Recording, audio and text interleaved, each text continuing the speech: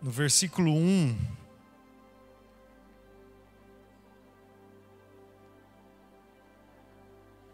o apóstolo João escreve na sua carta, dizendo o seguinte: amados, não deis crédito a qualquer espírito, antes provai os espíritos se procedem de Deus, porque muitos falsos profetas têm saído pelo mundo fora. Mais uma vez, amados, não deis crédito a qualquer espírito, antes provai os espíritos se procedem de Deus, porque muitos falsos profetas têm saído pelo mundo fora. Queridos, o que é avivamento? Você já parou para pensar?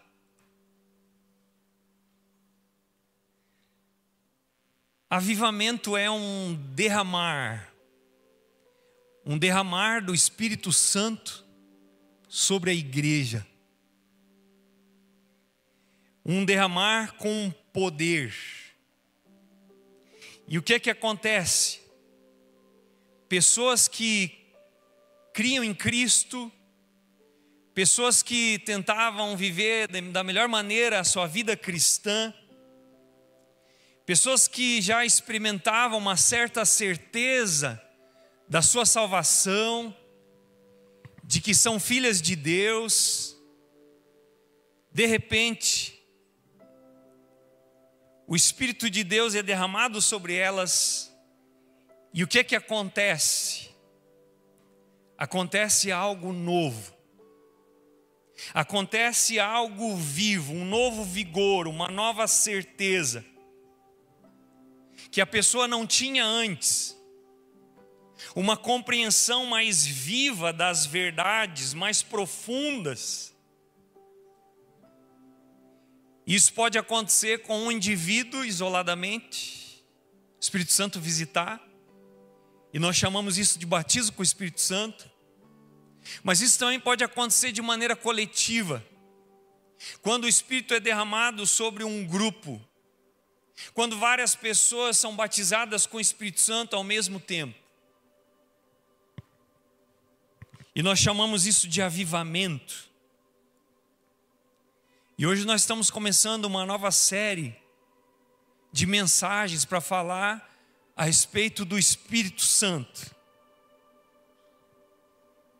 E o nosso desejo, irmãos, é percebermos que isso é algo soberano, é algo que Ele derrama, não é algo que a gente faz quando a gente quer. É algo que Ele faz quando Ele quer. Deus às vezes faz isso quando o estado decadente do mundo vai piorando. Quando nós vemos o nosso mundo decaindo, como vemos nos nossos dias, então, para trazer um vigor renovado para a igreja, Deus começa a levantar pessoas para orar. Deus começa a levantar pessoas para se colocarem na brecha, a clamarem com fome, com sede, de uma visitação de Deus. E será que nós temos essa consciência da necessidade absoluta desse poder do Espírito agindo sobre nós, sobre a igreja, para que a nossa mensagem seja acompanhada com impacto transformador, para que a igreja possa avançar no mundo caótico? Então nós precisamos aprender, irmãos, diante dessa busca, dessa fome, dessa sede, dessa espera, aprender a diferenciar aquilo que de fato é de Deus e aquilo que não é de Deus. E é isso que João está chamando a atenção aqui. Porque de repente você vai ouvir a respeito de um avivamento do reaparecimento de dons. E o que é que você faz com isso? Você aceita tudo imediatamente? Ou você parte para outro extremo e fica com o pé atrás, desconfiado? E queridos, existem dois perigos principais quando o assunto é diferenciar as coisas. O primeiro perigo é o perigo que a Bíblia chama de apagar o espírito, ou extinguir o espírito. É o perigo mais comum dos dois. Há pessoas que descartam tudo. Logo de primeira, elas fogem daquilo que foge daquilo que elas estão acostumadas. Elas não aceitam, elas têm a tendência de rejeitar qualquer movimento que se diga do Espírito. E a história mostra que os avivamentos muitas vezes foram acompanhados por uma resistência de certas pessoas e às vezes dentro da própria igreja. Então tem havido esse extremo de rejeitar a ação do Espírito Santo. E você pergunta, por que que isso acontece? Talvez por causa de uma preocupação demais com a ordem, que vários de nós às vezes carrega, né? A gente não quer que as coisas fujam do controle. As pessoas estão acostumadas com uma religião mais mecânica, onde tudo está sob o nosso controle. Então, quando alguma coisa foge, há uma dificuldade, há uma resistência. Às vezes o nosso temperamento é o problema, porque alguns de nós têm esse temperamento que gosta de ordem, que gosta de paz, né? Que gosta da disciplina, da formalidade. Então, no momento que nós ouvimos falar de algo incomum, de algo extraordinário, aí nós já condenamos. Não há nada de errado em você querer paz, mas há uma diferença entre você ter paz e a paz do cemitério. Há uma diferença entre você viver algo de Deus em termos de ordem e uma formalidade morta. Então, se eu sou uma pessoa que por algum motivo, seja pelo meu temperamento, seja por experiências negativas do passado, ou seja por uma compreensão errada, eu me tornei uma pessoa resistente, eu me tornei uma pessoa fechada para algo que vai além daquilo que eu estou acostumado, aquilo que me tira da zona de conforto. Então, querido, eu devo chegar na presença de Deus e eu devo orar. Eu devo pedir para Deus, Senhor, trata o meu coração. Não deixa eu cair num outro extremo. Não deixa eu reagir violentamente me fechando. Agora o segundo perigo é o perigo de aceitar tudo sem questionar. E aí novamente o temperamento entra em ação, porque algumas pessoas tendem a acreditar em tudo. Se por um lado há aqueles que se fecham para tudo, de outro lado há aquelas pessoas que acreditam em tudo. Em nome da espiritualidade, elas caem numa ingenuidade. E a história da igreja também tem mostrado que bons cristãos caíram nesse extremo. Pessoas que estavam tão ansiosas para viver o incomum, para viver o sobrenatural, e se deixaram levar por movimentos estranhos. O inimigo, quando não consegue puxar a gente, ele nos empurra para os excessos.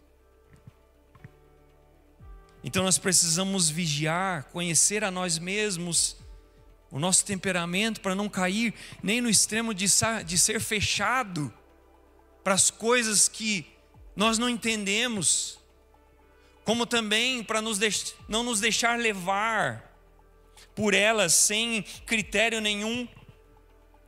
E olha que interessante, querido, essa aceitação de tudo, sem questionar, muitas vezes é resultado do medo. A gente às vezes, ao querer viver o sobrenatural, a gente fica com medo de resistir o Espírito, medo de ir contra as coisas do Espírito. Então, se o primeiro grupo não teme apagar o Espírito, esse segundo grupo é aquele que tem o pavor de talvez estar indo contra o Espírito. Então, o que é que acontece? Tem tanto medo de ficar contra a obra de Deus, que sente uma culpa que não é legítima e acaba aceitando tudo. Acaba acreditando em tudo sem questionar.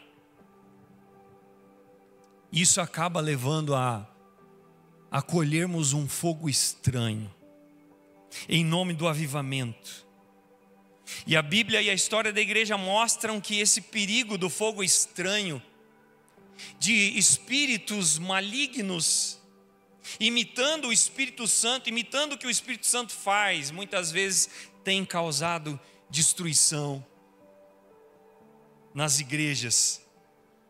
Pessoas começam a aceitar certas manifestações como dons do Espírito e levam elas ao excesso, à falta de equilíbrio, à falsa ênfase, tanto na questão da cura, na questão de milagres, na questão de profecias, de línguas, levando ao orgulho, levando ao partidarismo, levando a divisões. Coisas que Paulo adverte lá em Corinto, que era uma igreja cheia de dons. E por que nós deveríamos manter um equilíbrio, irmãos? Por que nós não deveríamos rejeitar tudo, mas ao mesmo tempo não aceitar tudo? Isso me leva ao terceiro ponto, é que a própria Bíblia adverte contra a ação do inimigo. Ela diz para nós que o diabo e os demônios, eles são muito sutis, e Paulo diz aos Efésios, capítulo 6, a nossa luta não é contra a carne e o sangue, mas sim contra principados, potestades, contra os dominadores desse século, desse mundo tenebroso, contra as forças espirituais do mal. Então você não pode negar que nós vivemos num mundo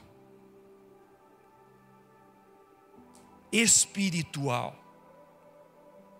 Existe a dimensão do invisível. Esse mundo não é apenas material, não é apenas aquilo que a gente vê, não é apenas aquilo que a gente toca, aquilo que a gente pega. Há forças espirituais, sim. Há forças espirituais malignas. Mas também há o Espírito Santo. E por isso a Bíblia denomina a terceira pessoa da Trindade como Espírito, letra maiúscula, Santo. E uma vez eu ouvi um pastor contando que num dos cultos onde Deus estava agindo, entrou uma feiticeira, atraída pelo próprio Espírito Santo de Deus, para que aquela mulher tivesse um encontro com Deus. E aquela mulher de fato teve um encontro com Deus. E depois o que ela falou foi o seguinte: olha, quando eu entrei naquele lugar, havia um poder parecido com aquilo que eu estava acostumada lá na feitiçaria, mas com uma diferença: era um poder santo, era um poder puro, era algo maravilhoso. E se nós não percebemos que existem esses dois tipos de forças espirituais, nós seremos alvo fácil. Porque os espíritos malignos estão aí e têm poder. Quando você começa a ler o Antigo Testamento, você chega na história de Moisés, você percebe que Moisés era muito temeroso e Deus chamou ele para libertar o povo do Egito. E Moisés disse para Deus: Senhor, mas se eles me perguntarem quem me enviou, o que eu vou dizer? Quais são os sinais que vão mostrar que de fato eu fui enviado por ti? Ele disse: está vendo essa vara? Eu vou fazer muitos sinais através dessa vara. Mas você continua lendo a história de Moisés e vê a história das 10 pragas, coisas sobrenaturais, coisas miraculosas. Você percebe que os magos, que os sábios, eles também imitavam as mesmas coisas até certa altura.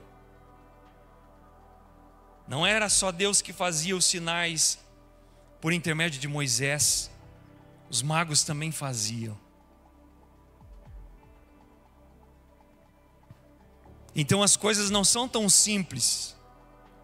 Nós estamos cercados dessa ação maligna, e o único objetivo é confundir, é levar a obra de Deus a descrédito. E ele está preparado para confundir os cristãos, especialmente aqueles que têm um desejo, uma abertura de experimentar o sobrenatural. Por isso a Bíblia vai advertir. Aqui João vai dizer: provai os espíritos, teste os espíritos para ver se eles procedem de Deus. Em outras palavras, não acredite em todo espírito, mas julgue, analise, para ver se procedem de Deus. E o mesmo Paulo que escreveu aos Tessalonicenses dizendo: não apagueis o espírito, é o mesmo Paulo que diz: julgai todas as coisas e retém aquilo que é bom.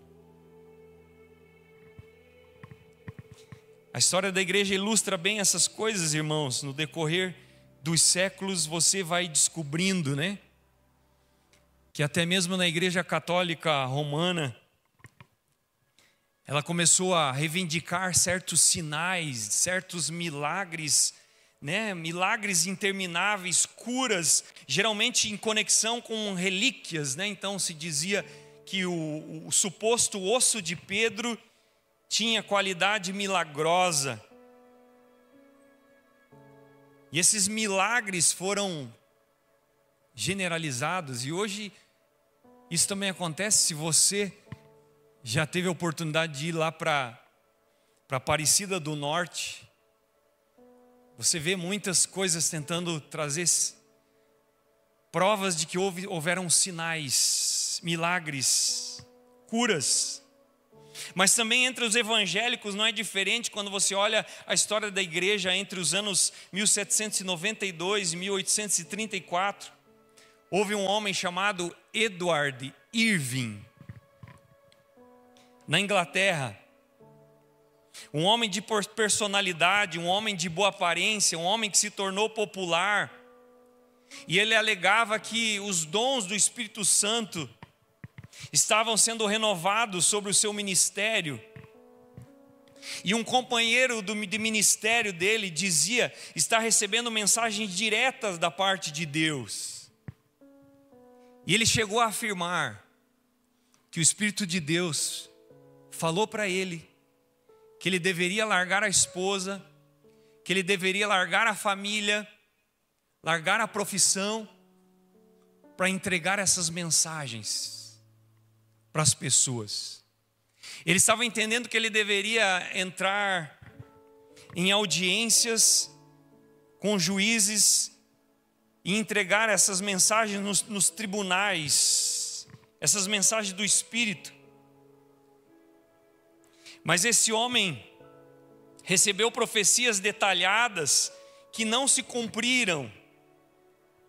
Então ele caiu em si E ele começou a perceber que aquilo tudo, aquele movimento, não tinha a ver com a ação do Espírito Santo. Que haviam várias práticas que eles estavam desenvolvendo ali que não tinha nada a ver com o ensino bíblico. Era um homem honesto, um homem que acreditava em tudo, mas ele caiu em si, ele viu que não era o Espírito Santo. E ele foi restaurado, ele passou o resto da vida então como um homem normal, servindo a Deus na igreja. E esse Edward, que era o pai desse movimento, ele morreu esgotado fisicamente.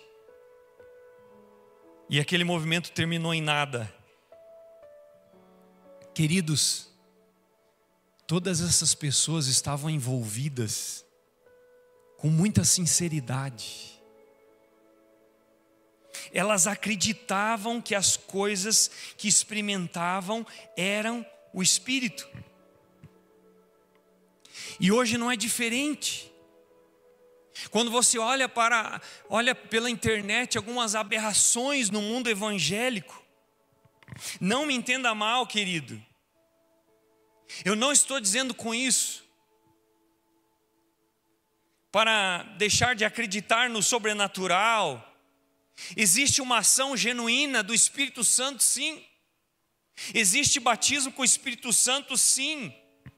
Existe avivamento, sim. Nós desejamos isso. Mas isso não significa que a gente deve engolir tudo. Outra evidência de que você e eu precisamos tomar cuidado é o próprio espiritismo. Há pessoas que dizem: pastor, essas coisas sobrenaturais aí do espiritismo é trapaça. Essas coisas aí são manipulações. E queridos, é claro que existe desonestidade em todos os segmentos, mas há sim fenômenos espirituais reais nesses meios, coisas impressionantes, pessoas que são capazes de falar em língua, imitando aquilo que o Espírito Santo faz. Curas podem acontecer no espiritismo, coisas impressionantes faladas da parte de pessoas que morreram. Há muitas coisas que também podem acontecer, né? Quando a gente fala em psicologia, a gente fala em hipnose, a gente fala em histeria coletiva, que a gente fica impressionado. Por isso, João está dizendo para a gente prestar atenção. Prestar atenção, provai os espíritos se procedem de Deus. A ação do Espírito Santo na igreja é real. Desejemos o batismo com o Espírito Santo. Oremos por isso. Esperemos ansiosamente pela visitação de Deus na nossa vida, na vida da igreja, sim. Mas tomemos o cuidado, irmãos, para não confundir, porque quem confunde acaba ou rejeitando tudo ou aceitando tudo. Tá, pastor, mas como é que eu posso então provar os espíritos? Se a Bíblia diz, provai os espíritos para ver se procedem de Deus ou não. Isso me leva ao último ponto. Primeira coisa, querido, não confie nos teus sentimentos. Não confie nas tuas impressões. Muitos têm sofrido por causa disso, né? Dizem assim: eu tenho uma sensação que, eu estou sentindo que, e às vezes acabam tomando direções erradas.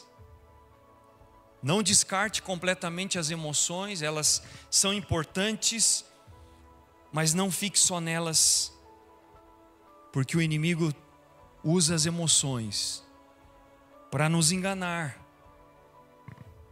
Então não decida as coisas de maneira puramente emocional. sem usar razão. Algo faz você se sentir bem, você tem a sensação de alegria. Cuidado, isso também não é uma garantia. O coração é enganoso, a Bíblia diz. As pessoas que pertencem a seitas muitas vezes dizem que estão bem, que estão se sentindo felizes, que acham que estão no caminho certo. Por isso, você não precisa desconsiderar as emoções, mas não confie exclusivamente nelas. Também, não ache que a pessoa que está falando algo para você, ela está certa simplesmente porque é um bom cristão, é uma alma honesta, é uma pessoa devota, né? E por isso aquilo que ela diz só pode estar certo. Não, queridos, ela pode estar errada. Relato trazido por pessoas confiáveis não é suficiente. Essa pessoa pode estar sinceramente errada. Então, aprenda também a usar a razão, a usar o entendimento, o discernimento. Nunca abandone a mente. Crer também é pensar, é raciocinar. A fé cristã é mais do que o intelecto, mas não menos. Você não pode chegar à fé só pela razão. Mas ao chegar à fé, você não abandona o entendimento. Pelo contrário, você vai crescendo o entendimento. O que acontece é que o Espírito Santo ganha o homem, vai iluminando a sua mente, o seu entendimento, e vai levando ele a uma compreensão mais alta. Como é que você vai provar os Espíritos? Se você não usa a razão, se você não avalia. O apóstolo Paulo diz: ora, o homem natural não aceita as coisas do Espírito de Deus, porque elas são loucura e não pode entendê-las, porque elas se discernem espiritualmente. Então, queridos, quando o Espírito Santo vai nos renovando, nos dando entendimento, a nossa mente não fica mais mal dirigida como era antes, inclinada pelo pecado. Agora a nossa mente vai sendo dirigida pela palavra de Deus, vai sendo dirigida também pelo Espírito de Deus. A razão compreende a verdade, se alegra nela, e você vai provar os Espíritos usando a sua compreensão. De um lado, você tem um homem cheio do Espírito Santo, e de outro lado você tem alguém que tem algumas coisas estranhas. E como é que você vai saber? Use a razão. Haviam problemas lá em Corinto, e o que é que Paulo disse para os coríntios no capítulo 14? Eles estavam fazendo o mau uso das línguas, do falar em línguas. E aí Paulo diz assim: se pois toda a igreja se reúne no mesmo lugar, e todos se puserem a falar em outras línguas, caso entre visitantes, não dirão que vocês estão loucos? Então o que Paulo está determinando é: usem a razão, usem o discernimento. Ele termina dizendo: tudo seja feito com decência e ordem. Então, queridos, qualquer ensino que diga para você que você deve se largar, que você deve se deixar levar, que você só vai receber a bênção se você parar de pensar aqui, esse ensino é estranho. Experiência com Deus envolve o homem todo. Nós devemos provar os Espíritos com a nossa razão, e nós devemos provar os Espíritos com a palavra de Deus. Nós temos a Bíblia, e a nossa tarefa é usar a Bíblia. Então jamais coloque o Espírito Santo contra a palavra e a palavra contra o Espírito. Sempre que surgiram movimentos falsos com manifestações e dons espirituais, eles tenderam a colocar o Espírito Santo contra a palavra. E as coisas vão indo, e daqui a pouco diz: sabe de uma coisa? Nós não precisamos mais da Bíblia. Nós já temos a coisa direta. Não precisamos mais da palavra, nós já temos essa luz interior que nos guia.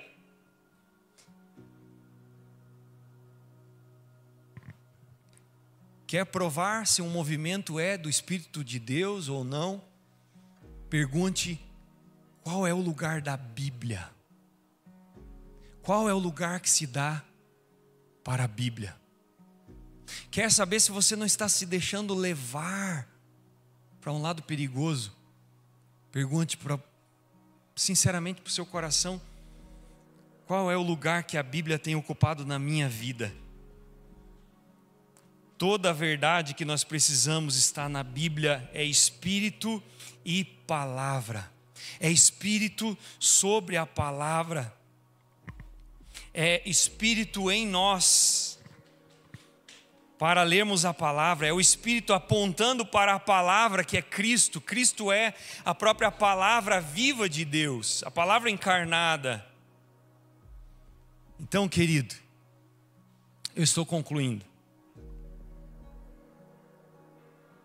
Eu creio que Deus está levantando, sim, uma igreja sedenta por mais do Espírito Santo, sedenta por mais de Deus. Nós tivemos o culto de oração na quarta-feira, e o que eu pude ver aqui são pessoas sedentas. A gente tem visto nas quartas-feiras de oração pessoas sedentas. Você tem caminhado e Deus tem trazido essa fome, essa sede cada vez maior. Oração, se colocando no caminho. Eu creio que Deus está levantando sim uma igreja sedenta. E você talvez já tenha vivido muitas coisas na sua vida, né? No passado, experiências. E eu pergunto para você nessa noite: como é que está o seu coração? Essas coisas têm levado você a se fechar? Você estava aberto para a ação do Espírito Santo, mas de repente, pelas coisas que aconteceram, você se fechou? Você desconfia de tudo? Peça nessa noite para que o Senhor possa ministrar no seu coração, tratar o seu coração, e diga para o Senhor: Senhor, eu vivi isso, mas eu desejo experimentar mais de Ti. Eu desejo ter experiência genuína com o Espírito Santo. Eu sei que Ele é real, eu sei que Ele age, eu quero mais. Se coloque a caminho, em busca, em oração, em espera. Venha ansioso para aquilo que Deus pode fazer nos encontros da igreja, nas células, na oração, nos cultos.